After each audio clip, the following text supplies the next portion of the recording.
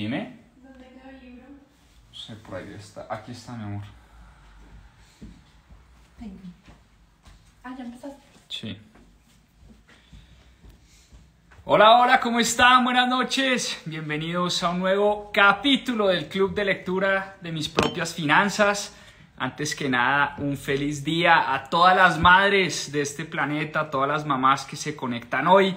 Este capítulo va dedicado a 3 madres muy especiales. Primero, a mi mamá, por supuesto. Madre, te mando un beso muy grande. Eres un amor, eres una persona muy especial. Gracias por ser ese centro de familia, esa persona tan cariñosa, tan entregada siempre.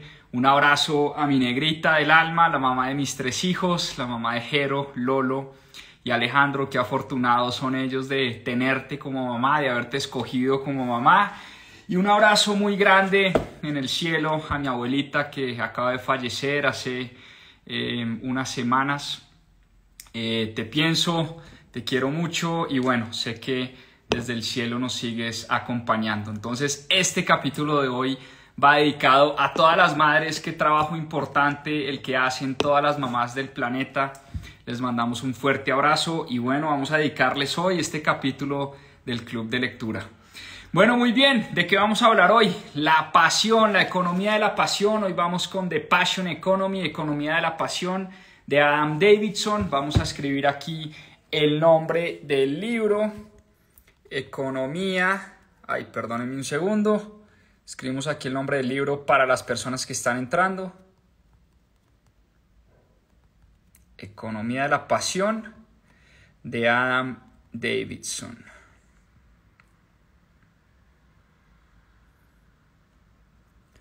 Este es un tema, les confieso, que a mí particularmente me gusta, me apasiona bastante. Cómo hacer para convertir nuestras pasiones en nuestra principal fuente de ingresos. Hoy vamos a hablar mucho de esas estrategias y vamos a hablar de esa nueva economía, la economía que estamos viviendo hoy. Es que anteriormente la mayoría de la gente tenía que escoger, por lo menos cuando de trabajo se trataba, entre hacer dinero o seguir su pasión.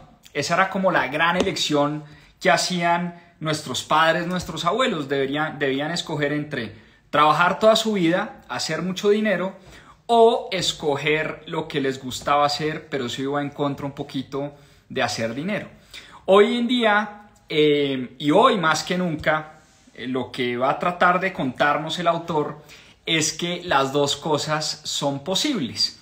Y un poco para contarles la historia de este libro y de dónde nace la historia de este libro, que la cuenta el autor Adam Davidson en su primera parte, en su introducción.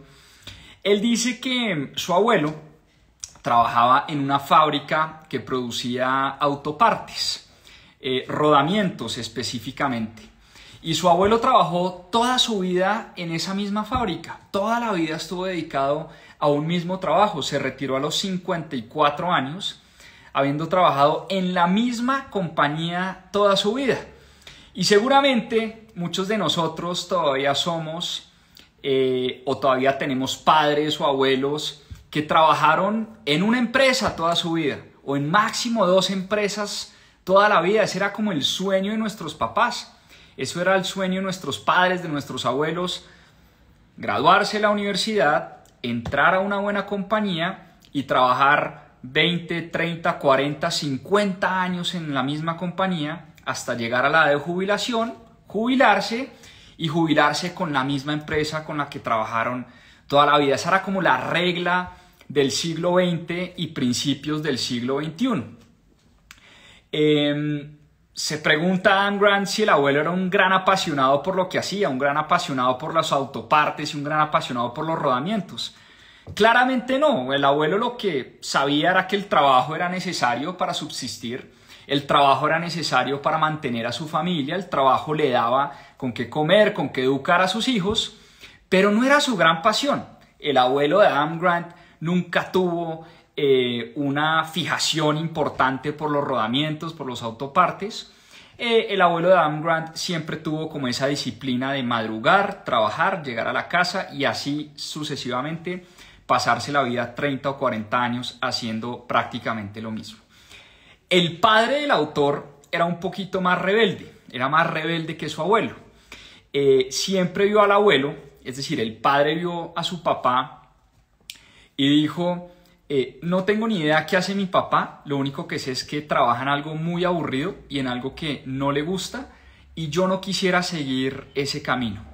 El padre de Adam Grant nunca quiso seguir el camino del abuelo, nunca quiso hacer lo que hizo su abuelo, que era trabajar en una misma compañía toda su vida.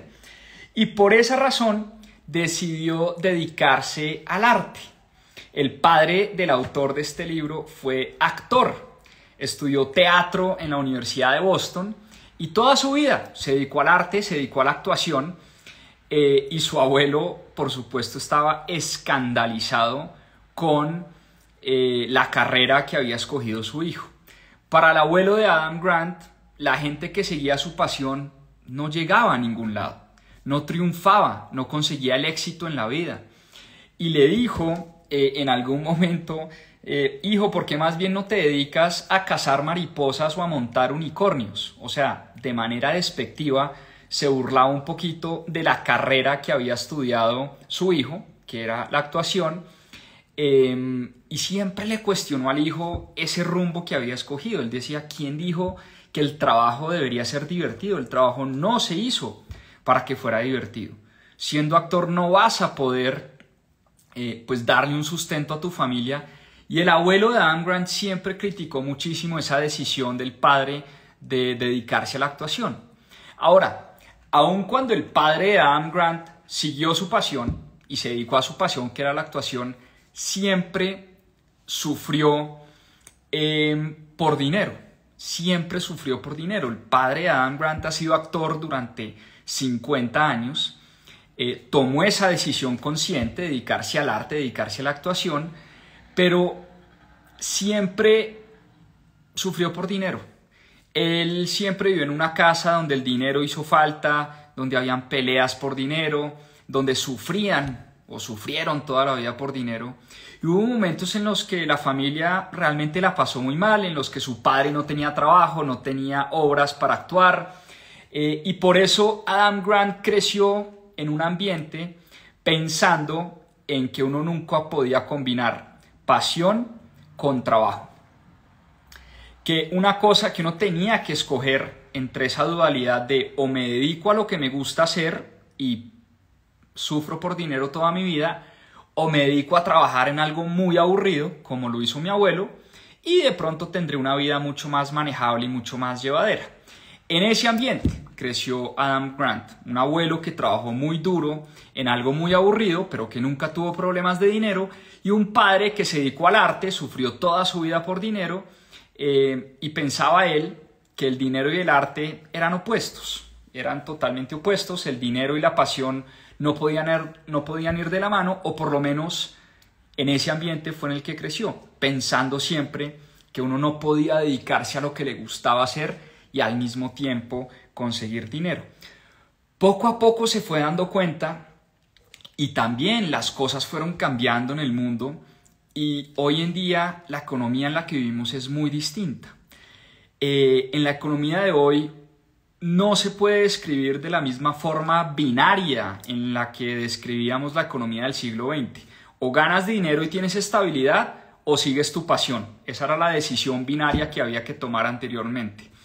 En la economía de hoy, dice Adam Grant, el abuelo y el papá pueden ser una misma persona. Es decir, la tesis de este libro que se llama La economía de la pasión, The Passion Economy, la tesis central de este libro es que para que hoy en día se puede vivir de las pasiones, ya vamos a ver cómo, que para tener éxito financiero deberíamos ponerle mucha atención a nuestros intereses, a nuestras habilidades, a nuestras pasiones, pues nuestros intereses, nuestras pasiones, nuestras habilidades nos hacen únicos y diferentes. Nos hacen únicos y diferentes. Y además eso hace que tengan el potencial de convertirse en nuestra principal fuente de ingresos. Entonces, repito, la tesis central, el mensaje más importante de este libro, y ya vamos a desarrollar un poquito a qué se refiere el autor con esto. Pero el mensaje central es que nuestros intereses, nuestras habilidades y nuestras pasiones,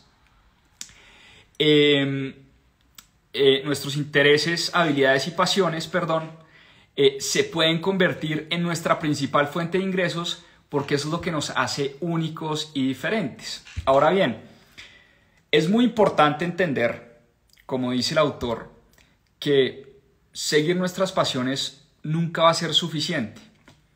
Necesitamos dar la milla extra, dar un paso más allá. Necesitamos ponerle mucha atención al mercado. Pero lo que sí dice el autor Adam Davidson es que las mismas fuerzas, que son la tecnología y el intercambio comercial, que reemplazaron en el siglo XX a millones de personas que trabajaban en mano de obra, son las mismas fuerzas que le están dando vida hoy a lo que Adam Davidson llama la economía de la pasión.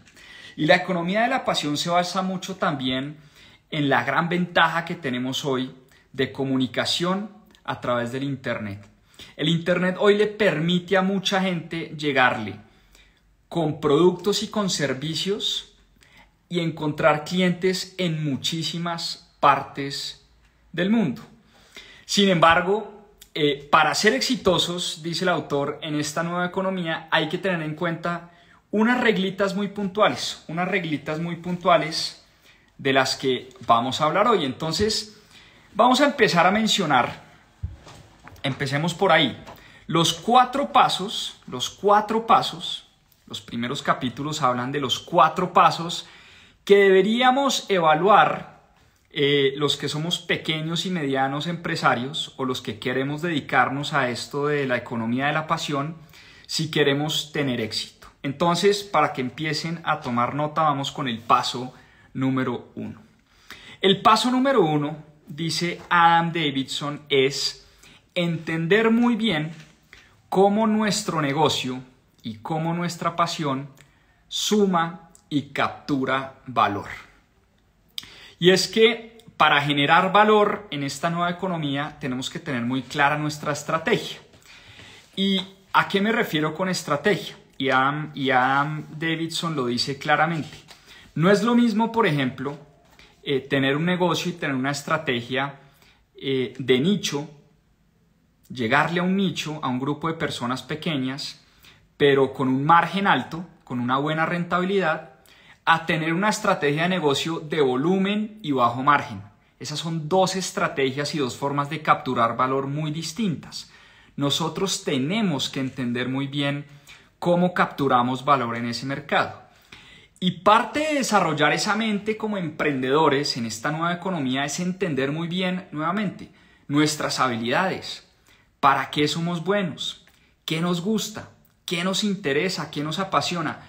Pero también hay que ser muy conscientes, dice el autor, de nuestras debilidades. Hay que entender también en dónde nos sumamos, en dónde no agregamos valor y en dónde sí podemos agregar valor. Uno tiene que empezar a responderse ciertas preguntas. Por ejemplo, ¿te gustaría trabajar muchísimo, trabajar largas horas para crear algo grande y de mucho impacto? ¿O prefieres una vida mucho más tranquila y de mucho más balance? Esa es una pregunta muy válida. ¿Qué quieres en la vida? ¿Quieres trabajar largas horas, esforzarte por muchos años para crear algo gigante y de mucho impacto? Ejemplo Rappi, ejemplo Nubank, ejemplo Uber, ejemplo este tipo de compañías. ¿O lo que quieres es tener mucho más balance, mucho más tiempo para tu familia, tener una vida un poquito más tranquila, pero llegarle a un mercado con algo que realmente te gusta hacer? Eso es una pregunta bien importante y créanme, no es tan fácil de responder. Otra pregunta importante, ¿eres rápido para tomar decisiones? ¿O eres impulsivo? ¿O por el contrario, eres de los que necesita analizar mucho las cosas, ver la data, hacer tu Excel, hacer proyecciones, hacer modelos antes de tomar una decisión? ¿Cuál es tu estilo de liderazgo? Por ejemplo, cómo te gusta liderar, cómo te gusta trabajar con la gente. Entonces, conocerse muy bien es gran parte del éxito en esta economía de la pasión. Conocer lo que nos gusta, lo que nos apasiona, pero también para qué somos buenos, cuál es nuestro estilo, cuál es nuestra capacidad de trabajo, qué nivel de disciplina tenemos para el trabajo. Eso es bien importante para tener éxito en esta economía. Vamos con el paso número 2. El paso número 2, el segundo paso, es escoger muy bien a nuestro cliente. Es decir, entender muy bien a quién le estamos vendiendo nuestro producto o nuestro servicio. No hay garantía que nuestras pasiones van a encontrar un mercado. Eso nadie nos lo puede garantizar. No porque a mí me guste mucho, qué sé yo, no sé, cocinar postres veganos, quiere decir que haya un mercado para eso. O no porque a mí me guste mucho escribir literatura, quiere decir que haya un mercado enorme para esa pasión que yo tengo. O no porque a mí me encante, no sé, enseñarle a la gente a pescar, quiere decir que haya muchas personas interesadas en aprender a pescar. O sea, hay que entender muy bien el mercado o la persona o el cliente al que le estoy vendiendo, pero nadie te va a garantizar que haya un mercado para lo que te gusta hacer. Eso es bien importante. Ahora, empieza a entender muy bien cuál es ese cliente ideal, o como lo llaman hoy en día, cuál es tu avatar. Haz un cálculo estimado de qué tan grande puede ser ese mercado. Ahora, esto es bien importante. No le tengas miedo a que tu mercado sea un nicho pequeño. O sea, no le tengas miedo a hacer un negocio de nicho. Por el contrario, hay una gran virtud y una gran ventaja de tener negocios de nicho. Y eso nos lleva a hablar de la historia que cuenta él en su libro, de un par de mujeres que nacieron en Napa Valley, nacieron en una zona del mundo donde se siembran muchas uvas y se produce mucho vino.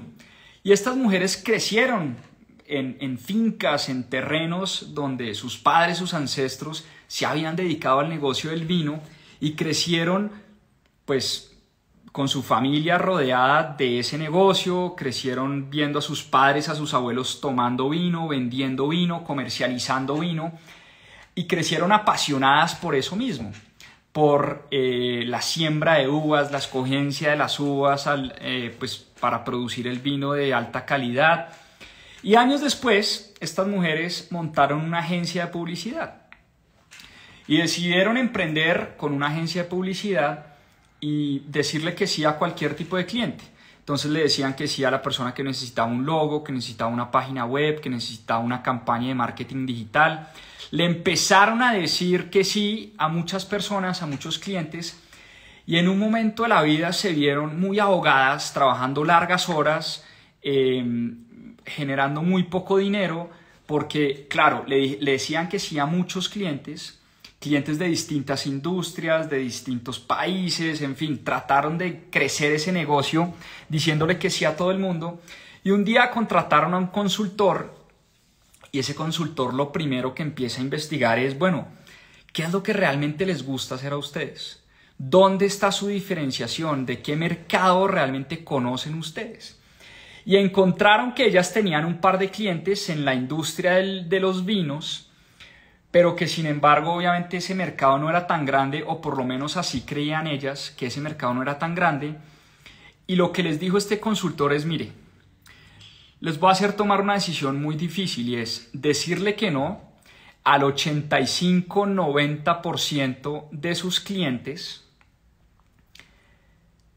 y nos vamos a enfocar en este nicho y vamos a atender únicamente a empresas que se dedican a la industria del vino. Y al principio estas mujeres pues les costó mucho esa decisión porque decían, pero si le decimos que no al 85% de nuestros clientes, nuestro negocio se va a acabar. Pero el consultor lo que les dijo es, oye, igual su negocio se está acabando, igual usted está trabajando muchas horas, no está generando rentabilidad, no está ganando plata, la está pasando mal, y lo que usted creía que era su pasión, que era el mercadeo, que era la publicidad y que era ayudar a los clientes a ganar más y a que sus productos llegaran más fácil al mercado, no lo está logrando. Entonces vamos a enfocarnos en este nicho que usted conoce, que a usted le gusta, que usted siente pasión por este nicho. Ahí es donde podemos generar valor, pero además van a quintuplicar el precio que ustedes cobran por su servicio. Ahí es donde realmente pues estas mujeres entraron en pánico porque ellas cobraban $10,000, cuenta la historia, por los servicios que ofrecían. El tipo les dijo, le van a decir que no al 80-90% de sus clientes, pero a los pocos clientes que van a atender les van a multiplicar el precio por 5, es decir, van a empezar a multiplicar por 5 el precio, van a cobrar $50,000 por este nuevo servicio de mercadeo, pero va a ser un servicio muy especializado, va a ser un servicio de nicho, va a ser un servicio donde ustedes son realmente expertas y donde ninguna agencia de publicidad en el país va a poder competir con ustedes. Pues bien, la agencia se llama Honey Agency y la historia corta es que pues terminan disminuyendo sus ventas en un 38%, pero el margen, el solo margen, por estar cobrando mucho más por su servicio, les permitió tener un negocio muy rentable, un negocio que necesitaba mucho menos gente, un negocio que les permitía tener mucho más tiempo para especializarse en lo que realmente les gustaba hacer a ellas, que era entender la industria de los vinos. Entonces empezaron a asesorar empresas de vinos de alta calidad, de vinos más baratos, y empezaron a convertirse en la agencia especializada para las compañías que producen vino en el mundo. Entonces, bueno, se convirtió en una compañía mediana, pero una compañía rentable, un negocio bonito, un negocio de pasión, un negocio donde estas mujeres empezaron a tener mucho más tiempo para su familia, para sus hijos, pero sobre todo para entender muy bien el negocio en el que estaban y para generarle mucho valor a los pocos clientes que tenían. ¿Listo? Esa historia me gustó bastante y eso habla muy bien de escoger los clientes a los que vamos a servir. Punto número 3, entender la competencia. Entender la competencia. Así como tenemos que entender muy bien a quién le vendemos y escoger muy bien nuestros clientes, tenemos que entender en esta economía de la pasión con quién queremos competir. Y hay otra historia muy bonita, porque claro, si a mí me gusta la moda y el diseño, pero yo pretendo competir con Zara o competirle a Zara, pues seguramente me voy a estrellar. Seguramente voy a necesitar de muchísimo capital para competirle a una empresa tan establecida como Zara, a una marca de fast fashion como Zara. Entonces hay que entender muy bien no solo la pasión y qué me gusta, sino dónde puedo competir yo. Y aquí hay otra empresa también muy bonita, de una compañía, por aquí está, que se llama, espérense un segundo, por aquí la tenía subrayada. Capítulo 3. Aquí está. Kirin Finch. Se llama la empresa, la marca de ropa. Pues bien, resulta que dos mujeres, pareja, se casaron. Dos mujeres que tenían un matrimonio muy bonito, pero las dos mujeres nunca se sintieron cómodas con los vestidos, dicen ellas, o cuenta la historia, el vestido que se pusieron el día de su matrimonio. ¿Por qué? Porque estas mujeres que eran pareja, les gustaba vestirse más como un hombre. Les gustaba más la ropa de hombre, pero sentían que obviamente la ropa de hombre no le hormaba bien a las mujeres. Entonces ellas nunca se sintieron cómodas vistiéndose con ropa tradicional de mujer. A ellas les gustaban más como vestirse con pantalón, con blazer, con corbata, con corbatín, pero nunca habían encontrado una marca que se ajustara a su cuerpo, a su forma, porque obviamente la ropa de hombre está hecha para cuerpo de hombre, la ropa de mujer está hecha para cuerpo de mujer, pero no encontraban ellas una marca que se ajustara a sus necesidades. Y tenían muchas amigas que pensaban igual, que detestaban vestirse como se vestían el 90-95% de las mujeres, pero no encontraban una marca que las representara. Y empezaron a estudiar, pues porque como se movían en ese mundo y tenían también parejas y conocían parejas del mismo sexo y demás, empezaron a diseñar una marca inspirada en cómo se visten los hombres, pero que le quedaran bien a las mujeres. Y esa marca se llama Kieran Finch. Es una marca de nicho, porque obviamente esto no es para todo el mundo. No a todas las mujeres les gusta vestirse como hombres y vestirse con pantalones, con blazer, con corbatín, con corbata. Pero sí hay un nicho para eso, y hay un nicho grande. Y hay mucha gente que sí le gusta vestirse así. Pues estas mujeres la están sacando del estadio, esta pareja de dos mujeres que encontraron en esa comunidad LGBT, pues un nicho importante y un mercado importante, y hoy en día tiene una marca muy exitosa. Entonces lo mismo, entender bien la competencia, con quién voy a competir. Si yo voy a competir con Zara en fast fashion, me voy a reventar. Pero si voy a competir en una marca única que atiende a esa comunidad, que atiende a mujeres que les gusta vestirse con ropa de hombre, pero que les orme bien, pues eso ya es un nicho mucho más interesante. ¿Listo?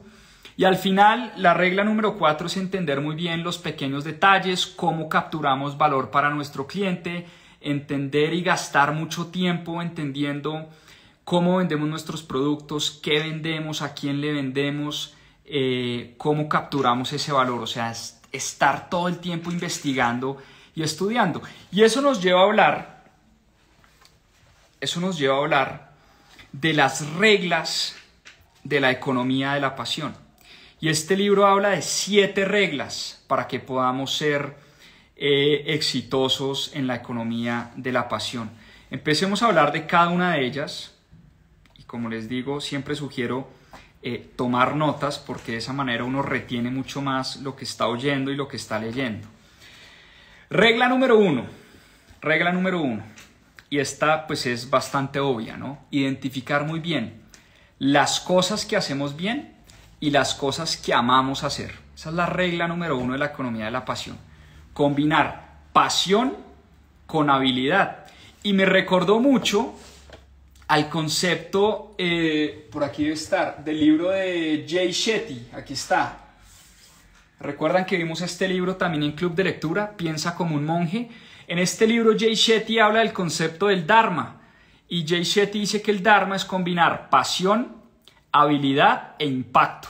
Pues bien, aquí en The Passion Economy, la economía de la pasión, nuevamente nos hablan del mismo concepto, de combinar pasión con habilidad. Porque yo siempre doy este ejemplo jocoso. A mí me encanta el fútbol, me fascina el fútbol. Pero si yo me hubiera dedicado a ser jugador de fútbol profesional, seguramente la hubiera pasado muy mal, porque ningún equipo de fútbol profesional me hubiera contratado. Entonces, por más de que me guste hacer algo, también yo tengo que ser habilidoso y tengo que ser bueno para esa pasión si quiero encontrar un mercado y si quiero encontrar un futuro exitoso en ese mercado. Entonces, el paso número 1, la regla número 1 es combinar lo que nos gusta, pero también muy importante ser conscientes de para qué somos buenos, ¿no? Regla número 2. Crea valor que no sea fácil de copiar. La economía de la pasión no se trata de crear valor a escala. Ojo con este punto que es bien importante.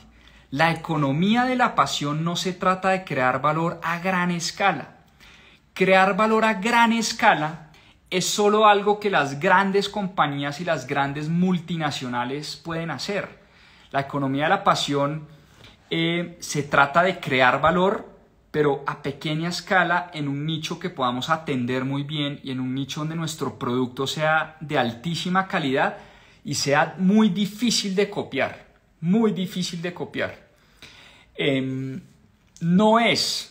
La economía de la pasión no es la economía de la gran escala, de las grandes multinacionales, de llegar a miles de países en masa. Esa no es la economía de la pasión. Y entender este punto es bien difícil, porque obviamente cuando uno encuentra un producto o servicio, pues uno quisiera que ese producto le llegara a muchísima gente. Y por eso la pasión es tan importante acá, porque va a ser difícil renunciar a crear un negocio de gran escala en esta nueva economía de la pasión.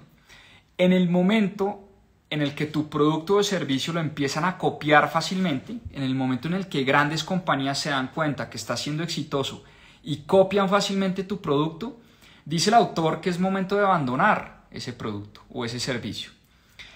Entre más clientes tienes, es mucho más difícil prestar un servicio de calidad, y la economía de la pasión se trata de la calidad de tu servicio, sobre todo, no de la cantidad, sino de la calidad de tu servicio y de la conversación constante que tienes con tu cliente. Este punto es difícil de digerir, vuelvo a lo mismo, porque uno quisiera que lo que a uno le gusta le pudiera llegar a miles y millones de personas en todo el mundo, pero cuando eso empieza a pasar, es difícil mantener esa conversación íntima con el cliente, esa conversación cercana con el cliente, y se empieza a volver un producto casi que más commodity. Ya vamos a hablar de eso. Bueno, muy bien. Regla número 3 para aumentar la probabilidad de ser exitosos en esta economía de la pasión. La regla número 3, y esta me gusta bastante, es que el precio que cobras debe coincidir con el valor que generas. Ojo con esto. Esto es bien importante. Tal vez el punto más importante, el que más me llevo de este libro. El precio de lo que estamos cobrando por nuestros productos y servicios.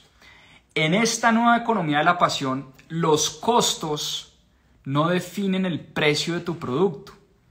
En la economía industrial, en la economía del siglo XX, en la economía de la producción en masa, pues uno dice, bueno, ¿cuánto me cuesta producir estas galletas? No, pues me vale $5. Ok, entonces le voy a poner a estas galletas $7 y me voy a ganar un margen. ¿Cuánto me vale producir esta hamburguesa? Esta hamburguesa me vale 20,000 pesos producirla. Voy a cobrar esa hamburguesa en 25,000 pesos. ¿Cuánto me vale? Y así sucesivamente. Generalmente uno define el precio de acuerdo al costo, y por encima del costo uno se gana un margen, ¿no? Es como un negocio tradicional. Pues bien, en esta economía de la pasión, el precio no tiene nada que ver el costo no tiene nada que ver con el precio que le cobras a tu cliente. Lo que tiene que ver con el precio es el valor que generas. Los costos no definen los precios en la economía de la pasión. Jamás deberías cobrar precios que cobra el mercado. De hecho, dice el autor que te debería dar un poquito de pena, un poquito de angustia cobrar lo que cobras por tus productos o por tus servicios. No te debería dar pena cobrar caro. Al revés, lo que tienes que es tratar de demostrarle a tu cliente el altísimo valor que estás generándole. Eso es bien importante. Tu producto tiene que ser tan único, tan diferente, que el precio jamás debería ser obvio. Jamás debería ser obvio. Debería ser difícil ponerle un precio a tus servicios y a tus productos.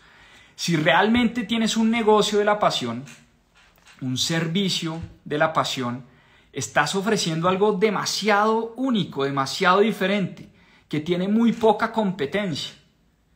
Si realmente es algo diferente en el mercado, puedes cobrar lo que tú quieras y ver si el mercado te paga ese precio. Al final, pues el mercado es quien decide si lo que tú vendes genera o no genera valor. Pero en la economía de la pasión, el precio es emocional. El precio no es una fórmula matemática. El precio no es finanzas. En la economía de la pasión, el precio es emoción. ¿Qué tanta emoción le generas a tu cliente y qué tan dispuesto está tu cliente a pagarte por eso que tú le estás generando, independientemente de lo que te cueste producir ese producto o ese servicio. Por eso en la economía de la pasión no nos debería extrañar que tengamos márgenes del 70%, 80%, 90%, porque prestar un servicio tiene más que ver con el conocimiento, con el valor que le entregas a tu cliente, con el tiempo que le dedicas a tu cliente y no con el costo que vale producir lo que ofreces. Entonces es muy importante este tema del precio y, como dice el autor, nos debería dar un poquito de pena, un poquito de angustia cuando le decimos al cliente ¿cuánto vale su servicio? Hombre, vale $50,000, como las mujeres de la agencia Honey, bueno, se me pasa el nombre, Honey Agency. Cuando las mujeres pasaron de cobrar 10,000 a 50,000, pues bien, les tenía que dar un poquito de angustia, pero al final lo que le tienen que tratar de demostrar al cliente es que esos $50,000 que van a pagar por su servicio se van a ver incrementado con creces, se van a ver recuperado de una forma impresionante porque es un servicio muy único y es un servicio muy diferente. ¿Listo? Esa me gusta mucho. Ojo con el precio que cobras en la economía de la pasión. Regla número 4.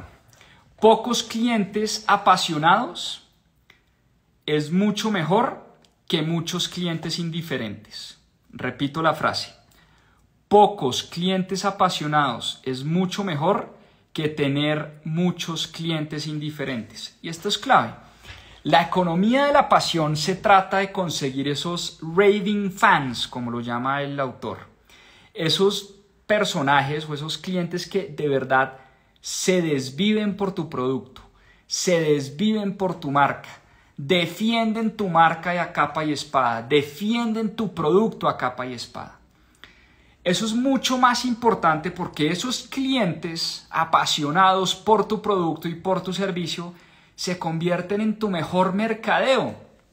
Es el mercadeo más fácil y más eficiente que hay. El voz a voz en la economía de la pasión es clave cuando empiezas a prestar un gran servicio a pocos clientes. Esos mismos clientes se van a encargar de regar la voz. Y por eso en la economía de la pasión, por lo menos en una etapa temprana, es mucho mejor tener clientes absolutamente apasionados y clientes muy emocionados con lo que tú vendes y con lo que tú ofreces, que tener muchos clientes ahí que dicen, bueno, está chévere, pero pues tampoco me desvivo por este servicio o este producto. ¿Listo? Vamos con la regla número 5. La regla número 5 también me gusta mucho. La pasión, en la economía de la pasión es una historia. Tienes que tener una buena historia para contar. Una verdadera marca de este passion economy, de esta economía de la pasión, tiene una historia muy bonita detrás para contar. Tu negocio tiene que tener una buena historia para contar. Si a ti te gustan, volvemos al ejemplo de los postres veganos, pues trata de contar la historia de por qué terminaste tú vendiendo postres veganos. Y me voy a inventar algo aquí en caliente. Puede ser que una persona que sufrió de diabetes toda su vida, pero que le encantaba el dulce y no era capaz de resistirse al dulce y que siempre tenía que estar comiendo postres, decide montar una compañía, una marca alrededor del dulce, pero un dulce que no le haga tanto daño al cuerpo. Eso es una historia chévere detrás. Una persona que sufrió de problemas de salud, que sufrió de obesidad, que sufrió de diabetes, decide no eliminar su amor por el dulce y por los postres, sino crear una marca y una compañía para cocinar y hacer unos postres igual de ricos, igual de deliciosos, igual de dulces, pero con un dulce que no le haga tanto daño al cuerpo. De pronto cocinados con stevia, con azúcar no refinada o endulzados con, qué sé yo, con arándanos o con alguna fruta un poquito más dulce pero que no le haga tanto daño al cuerpo, o endulzados con banano o con dátiles. Bueno, me estoy aquí inventando en caliente una historia detrás de una marca, unos postres veganos, ¿no? Pero detrás de una buena marca, detrás de una historia de pasión, tiene que haber una historia fascinante, una historia con la que la gente conecte, una historia bonita, una historia con la que uno también conecte. Y no puede ser una historia inventada, no puede ser una historia inventada. Obviamente, si te inventas una historia solo para vender un postre vegano, eventualmente la gente se va a enterar, la gente no es boba. El mercado es todo menos tonto, los mercados son bien inteligentes. Y si empiezas a tener éxito, si se empieza a regar tu voz, por algún lado salta la liebre y por algún lado te van a descubrir esa mentira. De hecho, el autor lo dice explícitamente. Ojo con las mentiras. Las historias mentirosas siempre se descubren, como decimos aquí en Colombia, más rápido cae un mentiroso que un cojo. Las historias mentirosas pues siempre se descubren y por eso estas historias no pueden ser inventadas. De hecho, es difícil conectar con una historia inventada. Es muy difícil porque una persona que se inventa una historia al final no la cuenta con la misma pasión y con la misma emoción que una persona que realmente sufrió ese dolor y sufrió esa historia de primera mano. Entonces, ojo con las historias inventadas, pero sí es muy importante conocer tu historia, contar tu historia y que el mundo entero conozca tu historia. ¿Listo?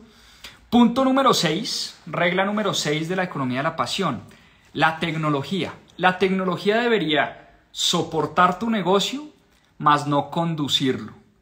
Estos negocios de la economía de la pasión no son negocios de tecnología, no son negocios en masa y a gran escala, no son negocios que se basan 100% en la tecnología.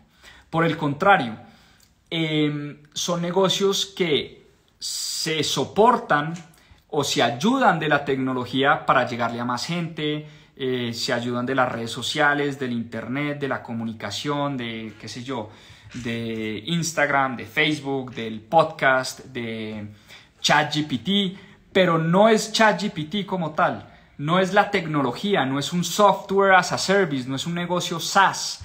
Esos no son los negocios de la economía de la pasión.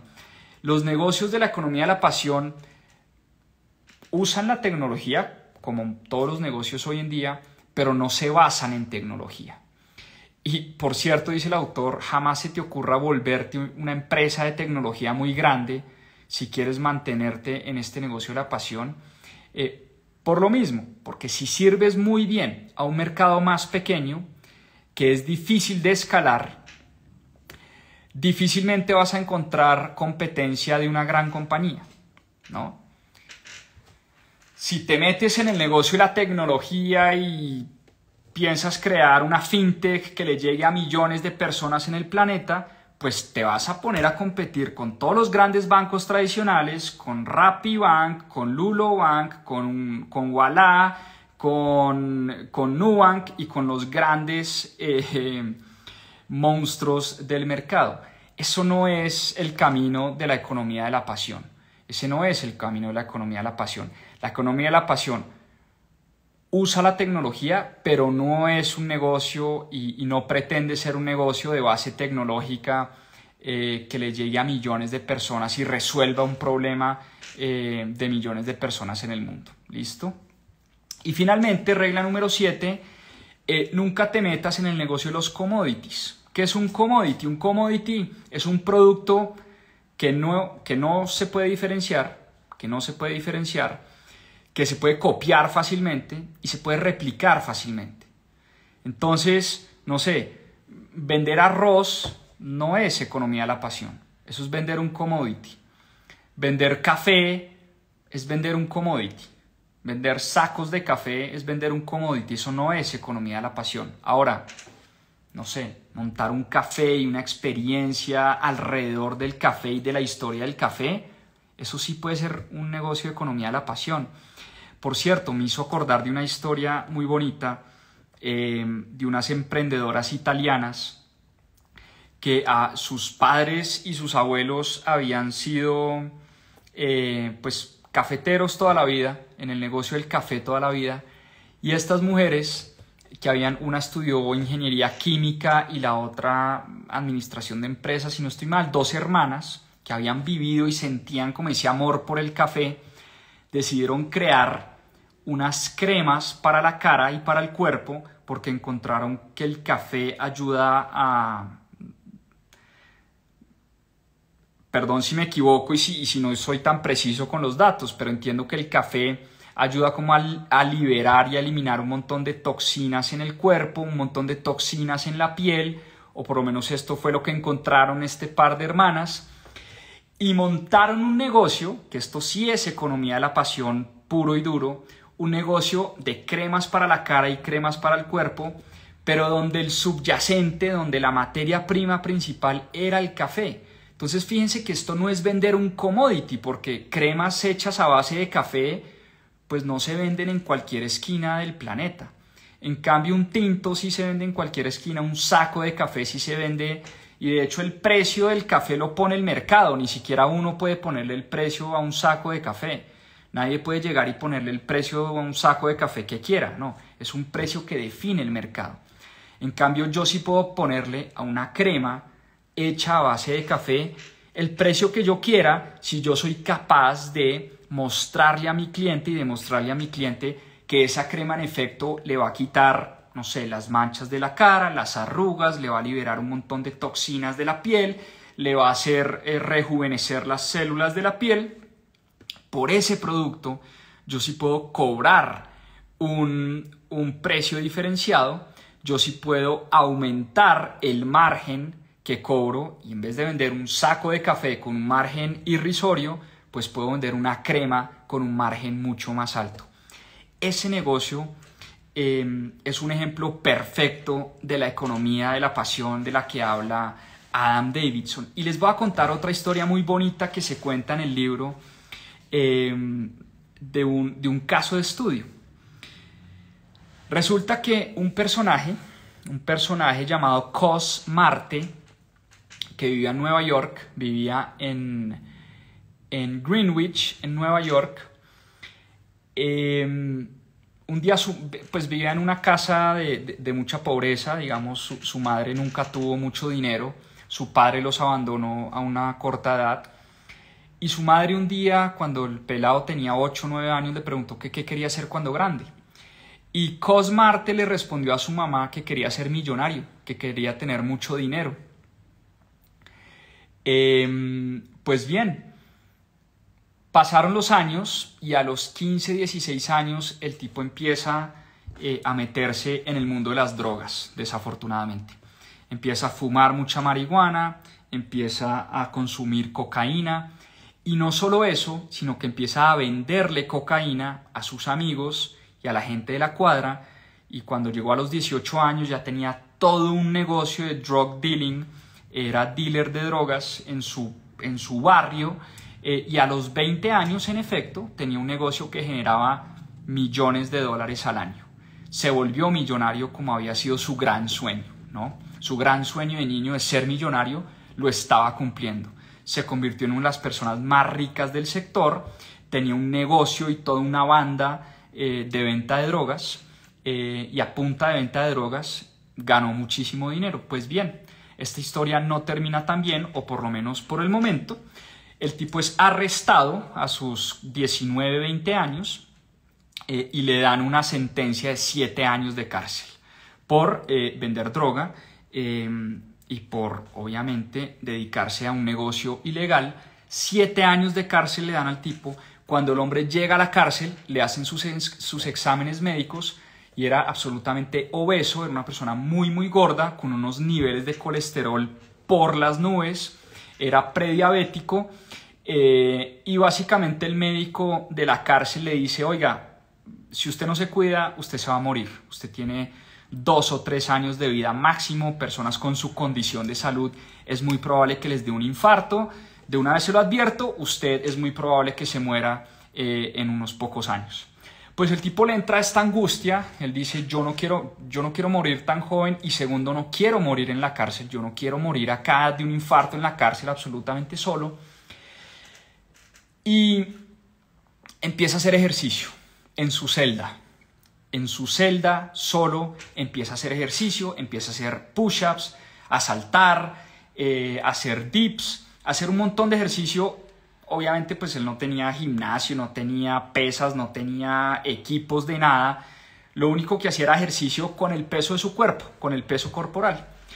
Y se le convirtió en una obsesión mejorar su condición física, y no solo eso, empezó a leer la Biblia, se volvió una persona supremamente creyente, encontró a Dios.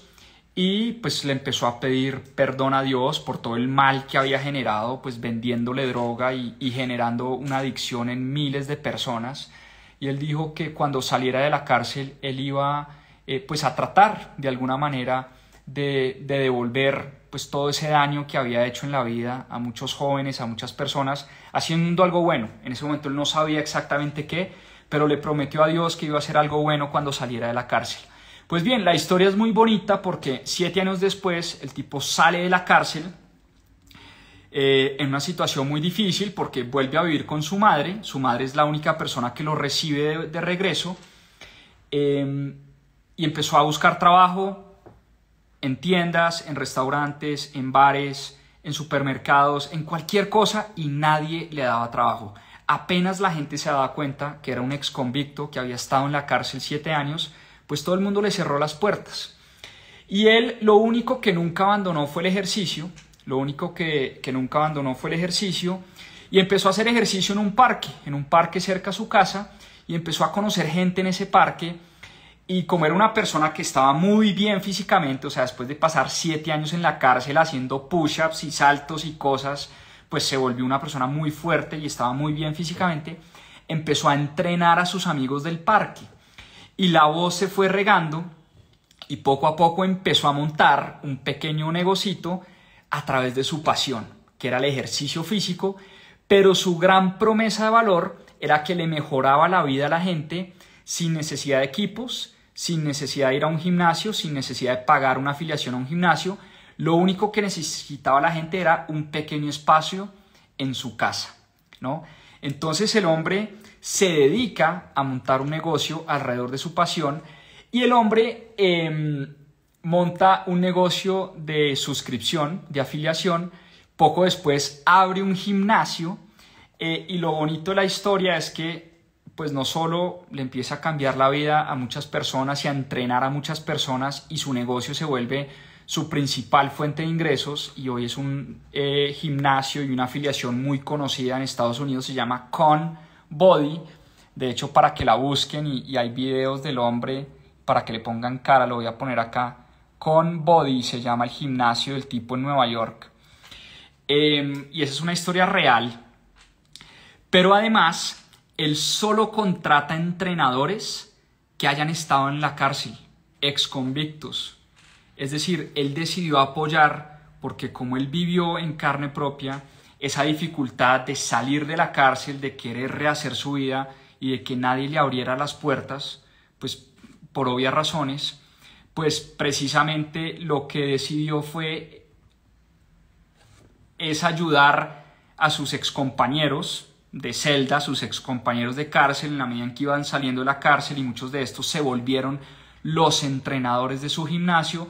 Y no sé, el administrador del gimnasio, la contadora, los entrenadores del gimnasio, toda la gente que trabaja en ConBody son personas que han estado en la cárcel y que han pasado por un momento difícil y por esa dificultad. Entonces me impactó mucho esa historia, cómo esto es la economía de la pasión. Esto es lo que nos permite hoy vivir de las pasiones, vivir de lo que más nos gusta hacer. Obviamente esto no es soplar y hacer botellas, y es que no, es que a mí me gusta hacer ejercicio, entonces voy a renunciar mañana a mi trabajo y voy a montar unos negocios de gimnasios. No, no necesariamente. Pero lo que sí está claro es que hoy la economía cambió.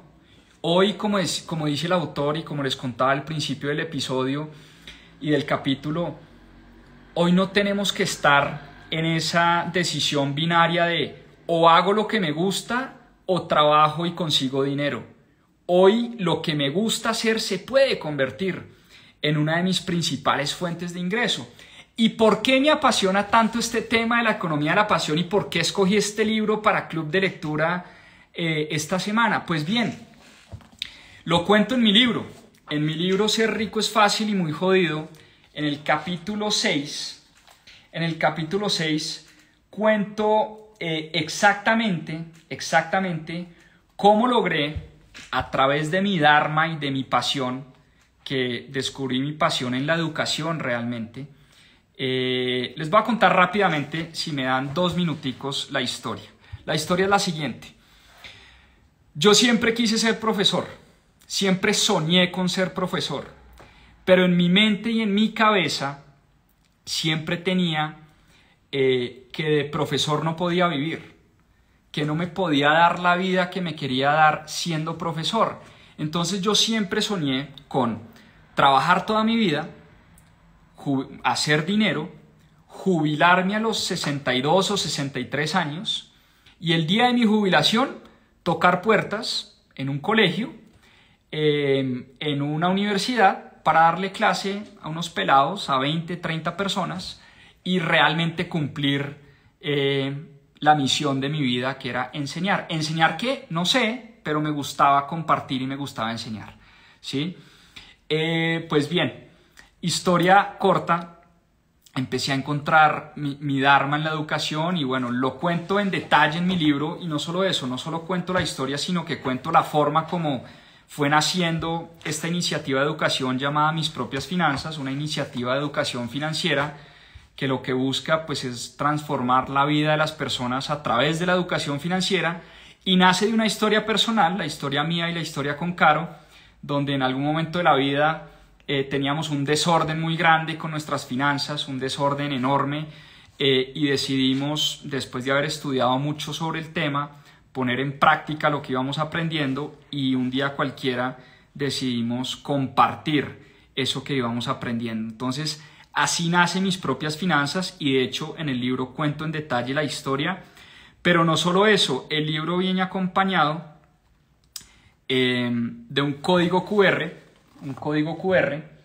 y en ese código QR, literalmente el regalo que le doy a los lectores de mi libro es el paso a paso que nosotros hicimos para crear Mis Propias Finanzas. Y con el paso a paso me refiero a cómo nació la idea, cómo empezamos a profundizar un poco y a volvernos un poquito más expertos en el tema, cómo creamos nuestro primer producto, cómo empezamos a monetizar esa idea, cómo crecimos la cuenta, cómo pasamos de 2 seguidores a tener más de 1,5 millones de seguidores en nuestras distintas redes sociales, cómo pasamos de ser un hobby a hoy una compañía de 25 personas con 25,000 estudiantes en 15 países en el mundo.